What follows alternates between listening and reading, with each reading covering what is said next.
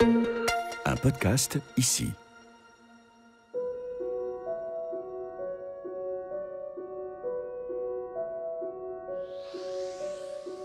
Les paysans, ils font comme ça, ils prennent le fusil, puis boum. Ça me reste ancré et ça m'a bouleversé ma vie. Et je me suis fait avoir. Et quand on est maire d'une grande ville, on n'a pas le droit. C'est pas le meilleur souvenir. C'est glaçant quand on y repense après. Il est 8h50 ce 7 avril 2015. La ville de Tours s'anime. Ça ressemble à une journée comme les autres sous la douceur tourangelle, à peu de choses près. Du côté de l'imposant tribunal de la ville qui surplombe la place Jean Jaurès, il y a foule. Des journalistes, des avocats et de simples badauds. Chacun prend place dans la salle réservée aux affaires correctionnelles, là où sont jugés les petits délits et infractions, avec parfois à la clé de la prison ferme. Les minutes défilent, les prévenus s'installent, et à 9h30, la présidente de la cour fait l'appel. Mais une chaise reste vide, c'est celle de Jean Germain. L'ancien maire de Tours doit comparaître dans un dossier qui agite la ville depuis de longues années. C'est l'affaire des mariages chinois. Mais Jean Germain n'est pas là. Il ne viendra jamais. Il vient de se donner la mort, une balle dans la tête. Je m'appelle Virginie Vandeville, je suis journaliste à Ici Touraine. Crimes et témoignages. Des histoires vraies de faits divers. L'affaire des mariages chinois et la chute d'un homme secret.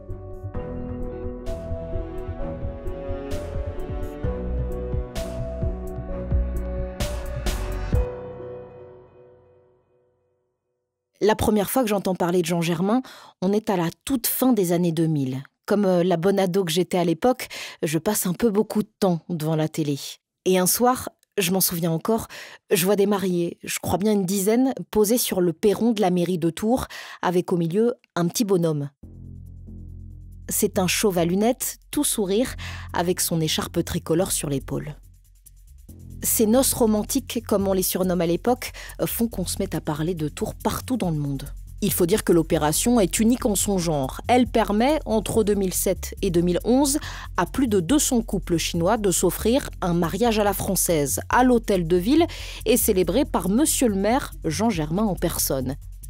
Avec en prime, séances photos, balades en calèche et visite des châteaux de la Loire. Mais il faut y mettre le prix, 3 000 €. À l'époque, Jean-Patrick Gille est député PS d'Indre-et-Loire. C'est un fidèle ami de Jean Germain. Mais il ne fait pas partie de ceux très emballés par l'idée de ces mariages chinois. Moi, je suis assez surpris, parce qu'on ne peut pas dire que Jean était féru de mariage. Il n'en faisait vraiment qu'exceptionnellement. Je n'ai pas senti très féru non plus d'une sorte de romantisme nièvre comme ça, donc c'était quand même une surprise. Et là, mais bon, ça arrivait des fois qu'il avait des intuitions fréquemment, un peu surprenantes. Mais rapidement, ça devient une sorte de domaine réservé. C'est le truc du maire, il y a un côté comme ça, non ? Ça nous paraît anodin, une petite lubie. Puis il y a mis, là, on ne peut pas dire... Il y a mis de l'énergie là pour que ça marche. Ouais. Alors le seul truc qui ne surprenait pas et qui s'est renforcé au fil du temps, c'est la fascination qu'il avait pour la Chine. Mais même le régime. Alors nous étions un peu en désaccord, parce que pour ma part, moi j'étais président du groupe d'amitié France-Tibet. Donc là, on n'était pas... En 2010, pour l'exposition universelle de Shanghai, Jean Germain prend l'avion direction la Chine. Il fait même plusieurs voyages dans ces années-là, à chaque fois pour y vanter ses mariages et sa ville de Tours. Dans la délégation qui l'accompagne, il y a d'autres élus et quelques membres de la mairie. Mais il y a aussi cette femme qui s'impose, parfaitement à l'aise dans ce déplacement à l'autre bout du monde. Elle est chargée de faire le lien entre les Tourangeaux et les autorités chinoises. C'est une quadragénaire originaire de Taïwan et installée il y a un peu plus de 20 ans à Tours. Elle s'appelle Lisanne. Dans ces années-là, les mariages sont une opération décidément bénéfique pour l'image de la ville et son économie. Jacques Benzakoun était journaliste à l'époque à la Nouvelle République. Dans un premier temps, ces mariages chinois étaient vus comme un coup de génie, j'allais dire entre guillemets, de Germain, qui ne coûtait pas très cher et qui rapportait beaucoup. C'est-à-dire que c'était des gens qui étaient déjà mariés, qui venaient en France, et il y avait de l'apparat autour, il y avait les châteaux, il y avait les commerces, ils allaient consommer dans les grands magasins de Tours. C'est vrai que ça a marqué les esprits. au point qu'effectivement, il y a eu des émissions sur les grandes chaînes, TF1, France 2, qui ont fait des émissions en disant « Tiens, qu'est-ce qui se passe ?» Mais à l'été 2011, la machine à billets se grippe. Un corbeau s'invite à la table des mariés. Un courrier anonyme est envoyé à la presse locale et à la rédaction du Canard enchaîné à Paris, qui sort l'affaire le 3 août sous ce titre « Les chinoiseries financières du maire de Tours ». Et voilà ce qu'on y découvre. Lisanne travaille bien pour la mairie de Tours, mais elle est aussi l'actionnaire de l'entreprise Lotus Bleu, qui est en charge de l'organisation des mariages chinois. Ce qui fait, grosso modo, qu'elle s'attribue à elle-même des marchés publics estimés à plus de 700 000 €. Avec ou sans la complicité des responsables de la mairie, toute la question est là. Le fameux corbeau n'attaque qu'une fois, mais c'est bien assez pour Jean Germain. Si le maire de Tours ne s'exprime que très peu sur le sujet dans la presse, en coulisses, il déplace Lisanne de son cabinet à l'office de tourisme de la ville, puis il finit par la licencier.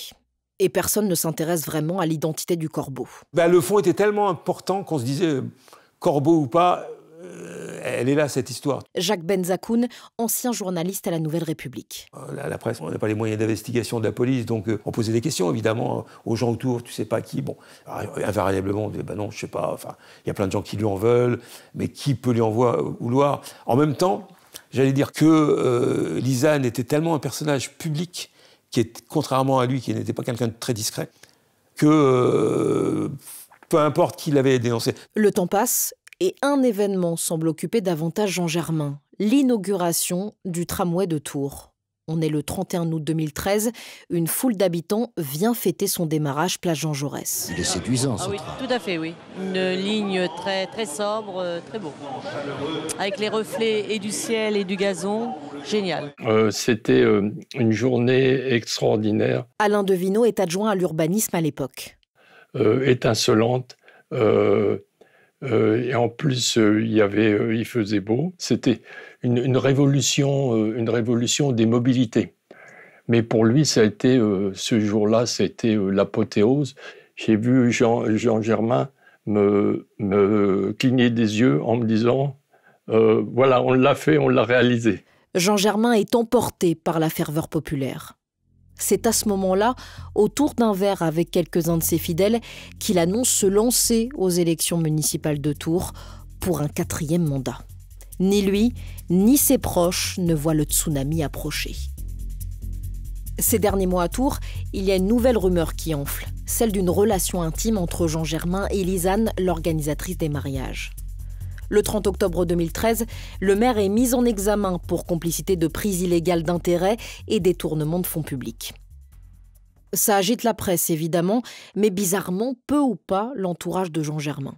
Nicolas Gautreau est alors adjoint à la mairie de Tours. Donc la mise en examen, moi je me suis dit sur le moment, bon, malheureusement, je trouvais ça dommageable pour lui, parce qu'on sait qu'en termes d'image, même si c'est pas une condamnation, la mise en examen reste un truc, une tâche qui est apportée sur lui. Mais donc, le connaissant et sachant ce qu'il est, je me suis dit, bon, il ne doit pas très bien le vivre, mais je n'étais pas plus inquiet que ça. Je me suis dit, ben voilà, la justice, elle continue son travail, elle cherche. Sur le moment, j'ai vraiment cru que c'était un truc de corne-cul, quoi. Je me suis dit, il n'y a rien, quoi.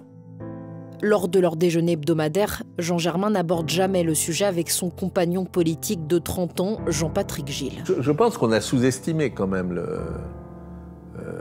l'affaire, si je puis dire. On sent que c'est une sorte de domaine réservé et que ça ne prête pas à discussion, quoi. Mais pas par autoritarisme, enfin, Jean était comme ça, il y a des choses où on dit, bon, c'est même pas la peine d'en parler, quoi. Bon, grosse erreur. On aurait mieux fait de tous se réunir et de débouler dans son bureau et dire, bon, c'est quoi ces conneries, là ? Dans les couloirs de la mairie de Tours, la personnalité baroque de Lisanne détonne. Elle a tellement d'aplomb. Je rentre dans le bureau du maire, que je connaissais forcément, j'avais 12 ans son premier adjoint, etc. Mais j'y rentrais toujours avec déférence. Et je rentre dans le bureau du maire, il n'est pas là, et je tombe sur une Chinoise, là, qui a l'air d'être chez elle. Alors là, je me dis, oh putain, va y avoir un problème. La quadragénaire, aux yeux copieusement maquillés de noir, n'est pas souvent présente. Et pourtant, elle arrive rapidement à se mettre à dos l'entourage du maire. Il faut dire qu'elle ne met pas tellement les formes quand elle s'adresse aux uns et aux autres. Elle n'hésite pas à être rentre-dedans pour obtenir des facilités. D'une manière générale, les adjectifs qu'on entend autour d'elle sont peu élogieux, toxiques, séductrices, manipulatrices. Elle gagne même le surnom de Mata Hari dans la presse. Un jour, un des conseillers de Jean Germain lui signifie même qu'il refuse de travailler une fois de plus avec elle. Et pour la première fois, il voit les Luce fâchés. Une réaction étonnante car l'homme est loin d'être aussi volcanique d'habitude. S'opposer à Lisanne, c'est donc s'opposer à Jean Germain. Autant dire qu'aborder les rumeurs d'une liaison est mission impossible. En public, le maire nie, en privé, il esquive, et peu de ses proches osent lui en parler frontalement. Il avait une armature qu'on ne pouvait pas trop percer. Et puis je n'avais pas envie de la percer, son armature. Alain Devineau, ancien adjoint à l'urbanisme. Et je me faisais un devoir de ne pas l'embarrasser et de ne pas lui en parler. Et je savais que si je lui parlais de ça, ça lui ferait donc du mal. Seule une poignée tente, mais ils sont sèchement éconduits. Jean Germain aime tout savoir des autres, mais il ne partage rien de son intimité. Lisanne, au contraire, s'épanche. Lors du procès, elle aura cette phrase « Nous nous sommes aimés ». Elle évoquera aussi cette histoire dans la presse et le journal Libération. Elle y raconte leur retrouvaille à Paris, au jardin du Luxembourg, la souffrance des deux de vivre un amour impossible et des détails plus croustillants, comme le fait qu'ils se vouvoyaient en faisant l'amour. Ces détails, les proches de Jean Germain n'y croient pas encore aujourd'hui. Jean Germain m'a toujours dit qu'il n'avait eu aucune relation intime avec Lisanne. Maître Dominique Tricot, avocat de Jean Germain. Je pense qu'il a eu une relation intellectuelle de très belle qualité avec elle, qu'il a trouvé que ce qu'elle apportait à la ville, avec ces mariages chinois qui ont permis un tas d'investissements chinois, je pense que tout ça l'a séduit. Je ne crois pas, enfin je n'ai aucun élément qui me permette de penser que leur relation a été au-delà. La nature de leur histoire, elle est pourtant déterminante dans l'affaire des mariages chinois. Jean Germain a-t-il baissé la garde et fermé les yeux sur les malversations parce que c'était Lisanne ? Il ne pouvait pas ne pas savoir, parce que tout le monde l'a prévenu. Jacques Benzakoun, ancien journaliste à la Nouvelle République. Il a, jusqu'au bout, il a fait confiance à cette nana qui avait sans doute un grand talent de persuasion. Et dans tous les termes. Donc il y a fait confiance et il a perdu son sens de la critique, il a perdu la distance. Jean Germain répond à une interview. Il choisit l'émission 7-8 sur TF1 en octobre 2013. Je me suis dit, c'est trop gros, c'est pas possible, peut-être que c'est... Vous voyez, il y a un malentendu, etc., etc. Mais quand même, c'est quand même me faire un enfant dans le dos, quoi. Voilà, donc... Personne n'aime se faire avoir. Et je me suis fait avoir. Et quand on est maire d'une grande ville, on n'a pas le droit. Mais on pleure devant notre télévision. Parce que c'est tellement la plus mauvaise réponse qu'il peut faire à ce moment-là qu'on est consterné. Maître Dominique Tricot. Parce que ça renvoie à toute cette relation intime qu'on essaie de lui prêter. Ce qui veut dire faire un enfant dans le dos, c'est une expression qui n'a rien de sexuel. Mais elle est évidemment catastrophique par rapport à l'accusation qui est portée contre lui. Les politiques, ils se défendent, mais comme des patates. Avec cette rumeur de liaison et cette affaire des mariages chinois, Jean Germain vit mal la campagne des élections municipales de 2014.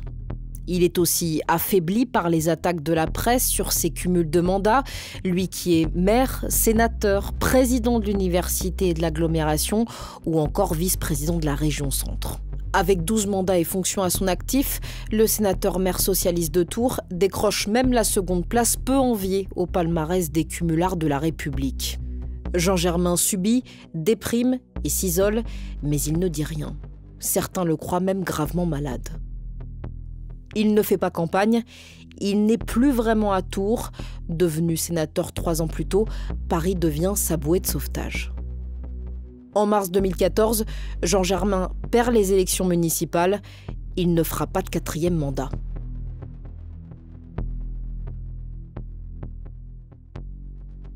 Avoir été maire, c'est pourtant la grande réussite de ce fils de pâtissier originaire de Bourgueil, une petite commune de la campagne tourangelle. Il est devenu maître de conférences en droit public, puis enseignant en droit constitutionnel, président de l'université de Tours et politicien. Lorsqu'un projet réussissait, il avait d'ailleurs cette petite phrase « C'est pas mal pour un petit gars de Bourgueil ». Jean Germain n'est pas quelqu'un du sérail. Maître Dominique Tricot, avocat de Jean Germain. Il n'appartient pas à la bonne bourgeoisie tourangelle. Et au fond, il a un peu le sentiment d'être entré par effraction dans la bourgeoisie tourangelle, de ne pas y être à sa place.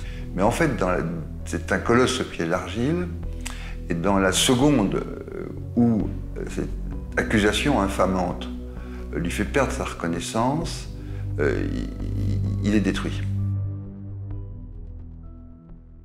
Pour écrire cet épisode, j'ai interrogé beaucoup de personnes, notamment pour comprendre qui était réellement Jean Germain. Et j'ai surtout découvert un être complexe, capable de cloisonner sa vie, ou plutôt ses vies. Il sait se lier aux autres tout en préservant sa zone de protection. On ne tape pas dans le dos de Jean Germain. Il navigue dans plusieurs cercles politiques, littéraires, artistiques, qu'il ne mélange pas. Il y glane des infos qu'il répertorie ensuite dans ses petits carnets avec son écriture patte de mouche. Il est aussi un franc-maçon assumé. Une personnalité qui rappelle François Mitterrand, une de ses références, et dont il va jusqu'à copier le chapeau et l'écharpe rouge l'hiver. Jean Germain ne montre rien, il se livre peu. C'est un homme introverti, prudent, méfiant en politique, comme dans l'intimité. L'intimité, justement, c'est son jardin secret. Même les plus proches restent à l'embrasure de la porte. Jean Germain est un père aimant, bon vivant et amateur de cuisine. Il fait d'ailleurs une très bonne mayonnaise et il prépare lui-même son boudin noir et ses riz de veau. Il aime les plaisirs simples comme passer ses dimanches à jardiner, ses soirées à bouquiner et ses escapades au Sable d'Olonne en famille ou entre amis. Mais ce qu'il définit, c'est la politique. C'est un apparatchik. On ne peut pas dire qu'il brille par son charme et son charisme, mais il marque et inspire par son intelligence fine. C'est surtout un rusé. Bon, non, il pouvait mentir sur des gros trucs et sur des petits. Jean-Patrick Gilles, un des proches de Jean Germain. Moi, je me faisais prendre à tous les coups. Il avait un truc génial, il me creusait dans la journée, puis il me disait « Bon, Jean-Patrick, fais-moi penser, il faut que je te parle de ça. » Oui, bien sûr, on parle tout à l'heure. Et là, vous retrouviez le soir dans une réunion, il fait « Bon, alors, j'en ai parlé à Jean-Patrick. » C'était un truc, vous ne pouvez pas dire non. Vous ne pouvez pas dire « Ouais, enfin, on n'a pas parlé beaucoup quand même. Hein. » Et donc, hop, ben voilà, est-ce que c'est mentir? Mais il peut être redoutable, se rappellent ses opposants. C'est un stratège qui décoche ses flèches si nécessaire.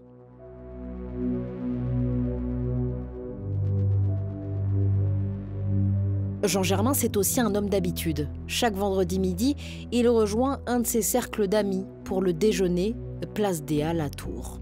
C'est ce qu'il fait ce vendredi 3 avril. Nicolas Gautreau, un autre de ses fidèles, est autour de la table. C'était assez classique. On s'est vus, on a discuté pas mal. Je dis classique, pas tout à fait. On en a quand même parlé. Parce qu'il m'a dit, ça va être pénible, la période qui s'annonce. Je lui dis, moi je suis prudent, comme d'habitude. Je dis, ah bon, genre, je lis ça, effectivement, j'ai l'impression que ça va être compliqué. Il me dit, oui, il me dit, tu sais, c'est pas quelque chose auquel je m'étais habitué. Ça, il me l'a dit. J'étais habitué, en tout cas, je m'étais préparé. Et il dit, je vois, voilà, il n'a pas été beaucoup plus loin. Il m'a dit, ça va être compliqué. Le même week-end, il propose à son attaché parlementaire de faire une grande visite de Tours pour lui montrer notamment ses réalisations.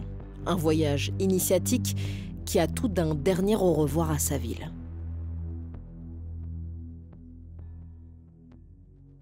Le procès des mariages chinois débute 2 jours après. Le soleil s'est invité tôt ce matin dans le ciel de Tours. Jean Germain est seul dans sa maison de la rue Miquel, dans le centre-ville. Sa compagne Nora a déjà rejoint le tribunal de Tours où il doit comparaître à 9h30. Il finit de se préparer et répond à quelques SMS de soutien, dont celui d'Alain Devineau, un de ses anciens adjoints. Il lui a envoyé un message de sympathie à Jean Germain.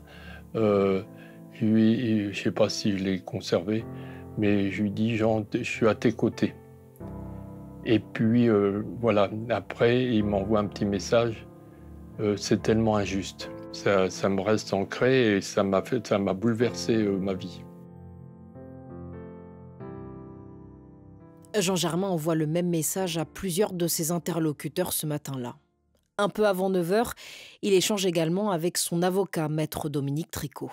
Je ne sais plus l'heure exacte, mais on était sur la route vers Tours ou dans le train, je ne sais plus. Et il nous a appelés en disant « Comment, vous n'êtes pas encore là, dépêchez-vous, etc. » L'avocat arrive quelques minutes plus tard au tribunal. Il tente de joindre Jean Germain au moins une vingtaine de fois. Pas de réponse. La salle d'audience se remplit peu à peu. Des journalistes locaux et de Paris sont venus en nombre et ont déjà pris place sur les bancs de la presse. Les 4 autres prévenus dans l'affaire, à commencer par Lisanne, s'installent sur leurs chaises. 9h10, 9h20, celle de Jean Germain reste vide. À 9h30, le procès s'ouvre. La présidente fait l'appel.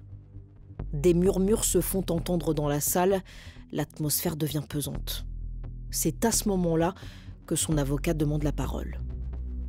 Jean Germain a disparu. Une lettre d'adieu a été retrouvée. La police est à sa recherche. J'ai senti une très lente montée d'angoisse. Vraiment, je ne peux pas vous dire que j'ai deviné quoi que ce soit de ce qui allait se passer. Dans un premier temps, je me suis dit il n'a vraiment pas envie d'y aller, il ne supporte pas d'y aller, et il est parti quelque part se promener, je ne sais pas où. L'audience est suspendue. Commencent alors de longues minutes d'attente durant lesquelles des rumeurs circulent dans les couloirs du tribunal. On pense à une fuite. Mais Jean-Patrick Gille, lui, a vite compris. Il est dans sa permanence parlementaire quand il apprend la disparition. Je pense tout de suite au pire. Ça, je me dis, bon, alors là, il va mettre fin. Est-ce que c'est pas qu'il va mettre fin à ses jours? Donc il va le faire où? Je vais voir les bords de Loire, etc. Et là, j'appelle Alain Dayan, qui a eu la même idée que moi. Alors Alain, qui était celui qui devait l'emmener au procès, qui l'appelle vers 8h et quelques, qui dit ça y est, tu peux passer me prendre pour un... Alors que c'est plus compliqué, parce qu'Alain, il est passé chez lui le prendre, et il ne l'a pas vu. Et donc moi, je l'appelle après, et je dis, donc on a un peu la même idée, et on commence à sillonner la ville en voiture pour dire, mais où est-ce qu'il peut être voilà, puis ouais, l'idée qui s'installe petit à petit, qu'on va sûrement vers un drame, quoi. Et puis là, on reçoit un coup de fil. Je pense que la police est revenue sur les lieux et a découvert le corps. Jean Germain était dans son garage. Il s'est tiré une balle de fusil de chasse dans la tête. La nouvelle parvient jusqu'au tribunal vers 11 h, lors de la reprise de séance. C'est la sidération dans la salle. Lisanne craque et éclate en sanglots. À la sortie du tribunal, maître Tricot décide de lire l'une des lettres d'adieu laissées par Jean Germain. On ne peut laisser la chasse systématique aux politiques se dérouler normalement, quotidiennement. Il est des êtres, j'en suis, pour lesquels l'injustice et le déshonneur sont insupportables. Sachez que des hommes se battent pour la France, se battent pour la République, se battent pour la Touraine. Et qu'il y a un moment où, à défaut de toute reconnaissance, à défaut de tout remerciement, les faire comparaître sur le banc d'infamie est quelque chose qui ne peut être accepté. 10 ans après, la douleur est toujours aussi vive pour Nicolas Gautreau, un de ses proches. C'est pas le meilleur souvenir. Moi, j'ai eu la confirmation rapidement. Dans les 20 minutes, je crois. Alors, j'étais surpris parce que je l'avais vu peu de temps avant et mais comme ça arrive souvent chez les gens qui se suicident, ils donnent des perspectives. Donc voilà. Et après, le connaissant, ce qu'il était, je me suis dit, bon, voilà, il a pas voulu être sali par toutes ces choses-là. Voilà, c'était pas son truc. Il a dû, je sais pas. Après, je ne vais pas échafauder des hypothèses. Des signes, personne n'en a vu. Mais tout laisse à penser que Jean Germain a acté son geste fatal 48 heures plus tôt. Et quelques jours avant, il a appris que la métropole et la mairie de Tours se portent partie civile dans l'affaire, mais aussi que le procureur de la République compte requérir de la prison ferme à son encontre. Et puis, je pense qu'il traitait les choses un peu à la fin, et là, c'est l'attaché parlementaire qui me l'a dit après, il lit le dossier, quoi. Dans la semaine, je pense. Il lit je pense, ce qu'il ne l'avait pas fait. Et donc, il voit les déclarations de Lisanne, etc. Et moi, je me dis, bon, il dit, ouf. Si tout ça est déballé publiquement, ça... Je pense que c'est là que c'est... Quand vous êtes politique, vous avez... on a notre vie, privée, personnelle, voilà, bon. Et je pense que la déflagration, c'est quand tout se mélange, là. Là que vous arrivez, alors, surtout quand vous avez cloisonné vos vies un peu, et trucs comme ça, et que là, toutes les cloisons pètent en même temps, ben, c'est là que vous... Enfin, moi, c'est un peu ça, ma théorie. C'est là, vous tenez plus, quoi. Une ou deux fois, elle avait dû dire, ah bah, vous savez, quand ça va plus... Mais pas à propos de cette affaire-là, hein. Il avait dit, ça m'est revenu après. Il dit, bon, ben, les paysans, ils font comme ça, ils prennent le fusil, puis boum. C'est glaçant quand on y repense après.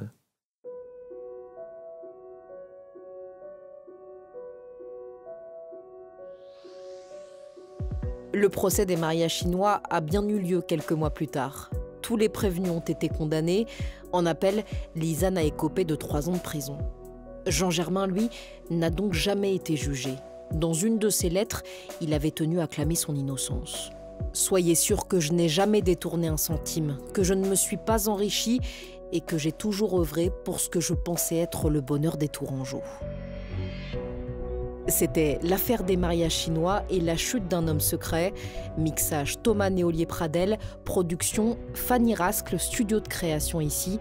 Pour écouter d'autres épisodes de Crimes et témoignages, rendez-vous dès maintenant sur le site ici.fr, l'application Radio France ou votre plateforme de podcast préférée. À bientôt.